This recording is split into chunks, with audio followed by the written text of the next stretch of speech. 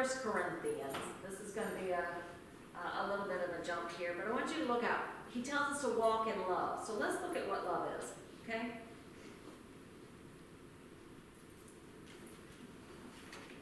What is love? 1 Corinthians chapter 13. Okay, verse 4. We're not going to read all of it, but I'm going to start with some of the poignant stuff. Verse 4, 1 Corinthians 13. Love is large and incredibly patient. Love is gentle and consistently kind to all people and all things. It refuses to be jealous when blessing comes to somebody else. Love doesn't brag about its own achievements, doesn't inflate its own importance. Love doesn't traffic in shame and disrespect or selfishness and seek its own honor. Love isn't easily irritated or quick to take offense. Love joyfully celebrates honesty, finds no delight in what is wrong. Love is safe. It's a place of shelter. It never stops believing the best for others. It never takes failure as defeat. It never gives up. I love that. That's what love is. God is love. Christ's love took him right to the submission to the Father to the point of death, the cross. He laid down his life because he imitated God who gave up everything. He gave up his Son for us. And so we are to imitate him, and basically that perfect love, it says love, if you go to verse 8, never stops loving. Love extends beyond the gift of prophecy, which fades away. It's more enduring than the spiritual gifts, which one day will fall silent. Love remains long after words of knowledge are forgotten. Our present knowledge and prophecies are all just partial, but when love's perfection arrives, all that is partial will fade away. When I was a child, I spoke as a child. I reasoned like a child, but then when I was mature, my childish ways passed away. Our old identity is our childish ways. That our sinful nature, our vile nature, our man that was old, that we learned last week, dies. And the new man raises up. Love is the quality and character of the new man, because that was the quality and character of Christ. And so that is our quality and character. So what does that mean? Well, 1 Corinthians tells us we're not to condemn. We're not to guilt. We're not to shame. We're not to blame. We're not to be envious. We're not to, this goes on and on and on. These are things Paul's. We're not to be rude. We're not to be provoked easily. We're not to think evil. We're not to cover up evil. We're to live a life of joy based on that we love others more than we love ourselves. We love God more than we love ourselves. We are no longer the idol. We are no longer God. We love God instead of ourselves. We love others instead of ourselves. Idolatry is gone because we no longer, the love that we have for ourselves shifts from a selfish love of loving self to a love that says, I love myself because of who God has created me to be, his beloved. I am loved. I can love myself. I can love God. I can love you based on the fact that his work has transformed me. His work is the one that changed me. So,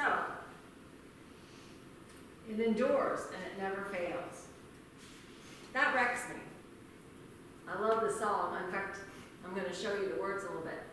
It says, this kind of love wrecks me. This kind of love is so huge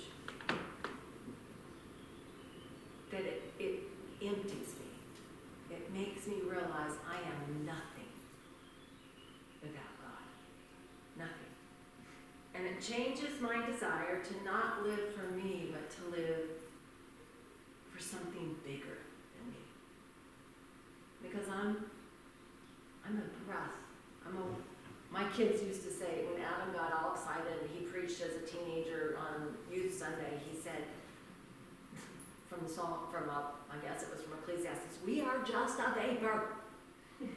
We're a vapor. We're here today and gone tomorrow. What are you going to leave behind?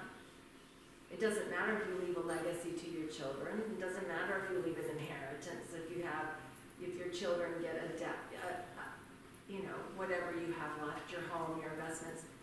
What you leave behind in your legacy is, were you loving like Christ loved? Did you do that? The second one he said is light. Be light. Walk in light. So you're love. God is love. You are love. Walk in love. So now he says, God is light. You are light. Walk in light. What does that mean? That your assignment on this earth is to dispel darkness. How do you dispel darkness? By being light. How do you do that? By being love. By loving. You dispel darkness around you and in your environment that you're in, whether it's church, work, grocery store, home, your car, at the beach, whatever, you literally, when you love, you shed light. That's the only way to do it. That's the only way to shed light. Christ, when God said, let there be light, and he revealed himself before he created anything else, he said, let there be light. That light was a representation of his love. His project that he was starting in creating you and me for his companion was he knew how bad we would turn out. He knew. And yet he wanted us more than he cared about the trouble we would cause him. He loved us that much. Do you love those who cause you the most grief? We cause him grief, and yet he loves us to die for us. How do we love those who give us grief? How do we love those who are uncomfortable to us? How do we love those who irritate us? Well, God says if you're irritated, Paul tells us, if you're irritated, you're not walking in love. If you're aggravated, if you're angry, if you're bitter, if you're wrathful, if you're temper, if you're in sexual immorality, all of those things are not operating in love. It is not God saying, don't do this and don't do this and do this. He's saying, operate in love, operate in light, or you're not operating in the kingdom of heaven. You're operating in the kingdom of this world. And that's Satan's domain, and it's miserable. Somebody explained it like this, and I really like this explanation a lot. What does it mean to be a part of the kingdom of God? Well, in the kingdom of God, in the New Testament, in fact in the Gospels probably, but primarily, the word kingdom of God or kingdom of heaven is said 70 different times. A lot of people believe they're synonymous words. But when it says here, and I love this because this is really, you've got to keep in perspective that Paul had just told us that our place in the heavenlies is sealed in the Holy Spirit. That's a done deal. Then he's right here saying to us, every sexual, immoral, impure, greedy person who is an idolater does not have an inheritance in the kingdom of the Messiah of God. And he's been talking about Christians. He's talking about your lives, the way you live. He's not talking about the world here. He's talking about the church here. And he's saying to us, you don't have a part of the kingdom of God. Well, he's just told us that when we ask the Lord into our hearts, we are a part of the kingdom of God, and that we are eternally secure in that gift of his grace. So how is it that we are not part of, well, Jesus, let's just talk about it a second. Jesus said the kingdom of heaven is here when he came. When we accept Christ, the kingdom of heaven is supposed to be it is internal.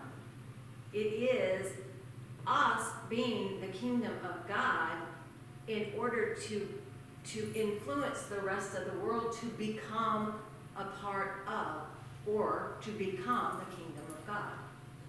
And so when I live with you and I love with you and I'm looking at you, you are the kingdom of God. I am the kingdom of God. I am to look at you as kingdom of God. Not as a sexual immorality, not as someone who has sinned, not as someone who is struggling. I am to look at you from the perspective of God's perspective, and I'm to find the kingdom in you. Problem is, we don't reflect kingdom sometimes, do we? We don't. And so our natural tendency is to start picking out what is not kingdom. And that's only God's job. So here's the interesting thing that I saw as a really good perspective. God puts us in a position where he says, repent. And you inherit the kingdom of God through repentance. What is repentance? Repentance is this: a change of direction, a change of mind, a change of desire, a change of will, a change of propelling forward motion. It's like standing out. I don't know if have any of you ever been to the Grand Canyon? Isn't it like the most? Yes. It's like God lives there. You walk up. We came up in the cool of the evening, and we had driven from Las Vegas to there. It was hot, hot.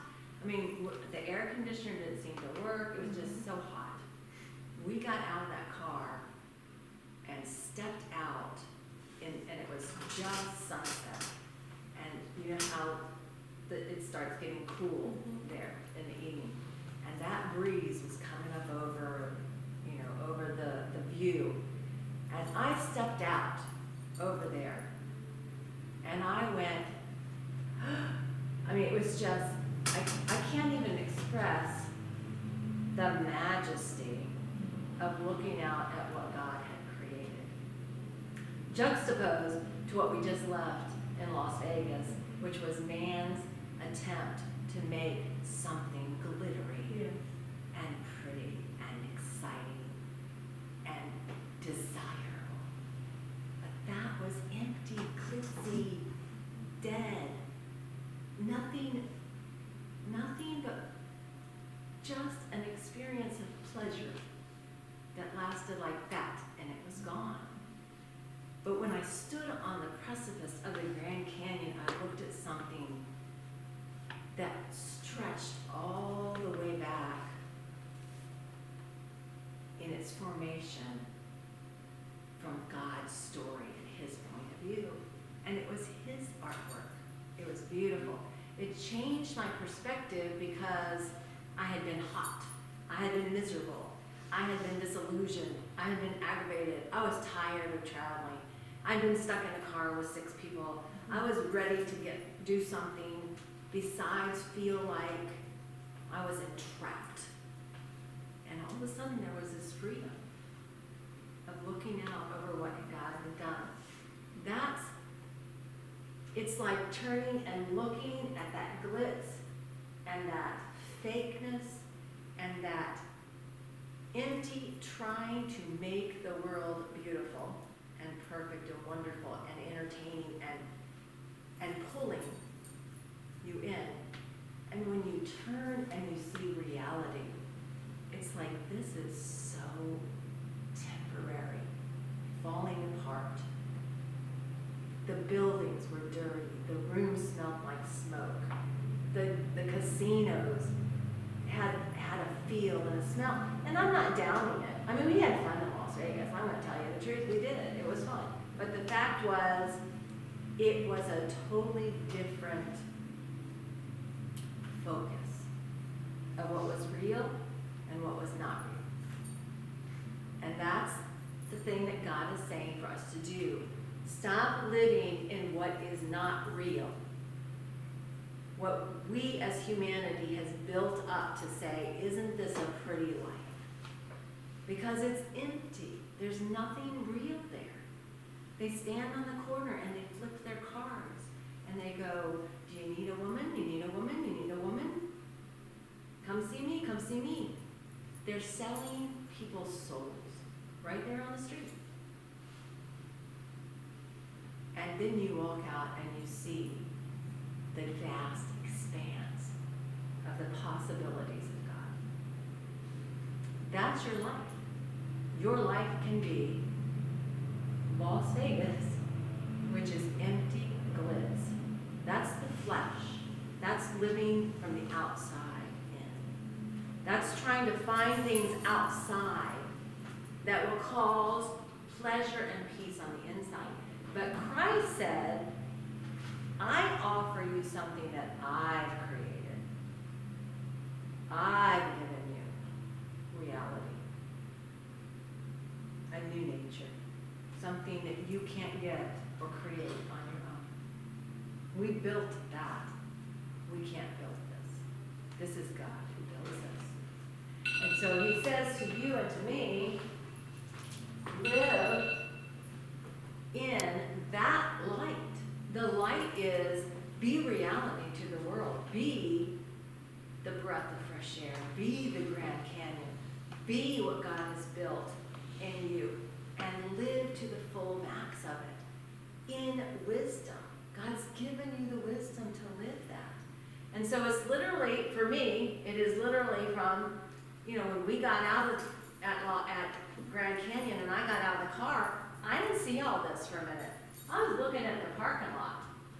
I'm looking at the parking lot, everybody's getting out of the car, we're tired, we're aggravated, and I'm like, it's late, can we just go to the hotel? I just want something to eat, we're starving, we haven't had any lunch or breakfast.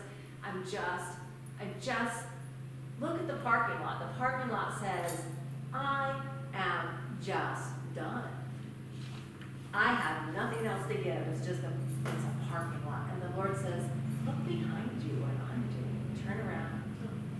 Turn around. Turn around. Turn around. There it is. There's the real thing. Is your life grounded in the world and what? That's, Paul's not saying, in fact, there's a place in me that says, with Paul, there is no more sin. There's no more sin. God took it through Jesus Christ. There's no more sin for you and for me. But the fact is, I can live in the parking lot of sin, or I can stand out and enjoy who God is, because he's made all of that just for me. Just for me. Enjoy your new life. Stop standing in the parking lot going, is it legalities? Is it license? Do you live by this or by that? You live by love. Loving who God has made you to be. Let's pray. Lord Jesus, thank you so much that you love us so much, that you have watched over us, that you lovingly change us without anger. In fact, you enjoy changing us. You do it with love. You do it with light. You do it with wisdom. And Lord, if we just imitate you, we will find abundant life. We love you. Amen. All right, ladies, I only taught 20 minutes, and then I set the alarm for 20 minutes, so go eat something good. I love you.